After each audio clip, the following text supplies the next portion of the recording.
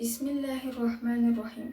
Hər birinizi Mənəvi Tərbiyə adlı layihəmizin 5-ci bölümündə xoş gördük.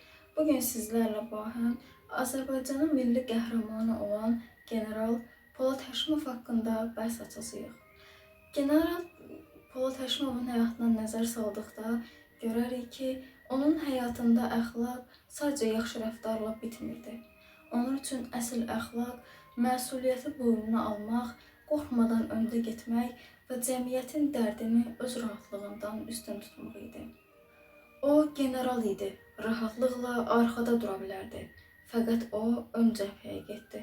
Çünki onun üçün vəzifə, yük yox, ali bir şərəf, ali bir xidmət idi. Bu, əsl fədakarlıq, xidmət və əxlaqın ən uca zirvələrindən sayılır.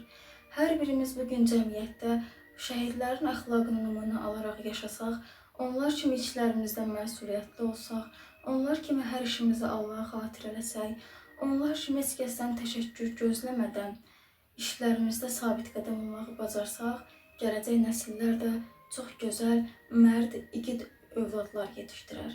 Əlməxsusda Məhdiçi övladlar. Polad Həşimov bizə göstərir ki, insan əxlaqı ilə yaşayar və əxlaqı ilə şəhid olar və əxlaqı ilə də xatırlanar. Yox, həm də bugünkü ibrət dərsimizdə xatırlayırıq. Bugünlük bu qədər. Gələn görüşlərdə görüşmək ümidi ilə. Son olaraq sizlərdən xahişimiz şəhidlərin pak ruhuna salavat hədiyyə etməyinizdir.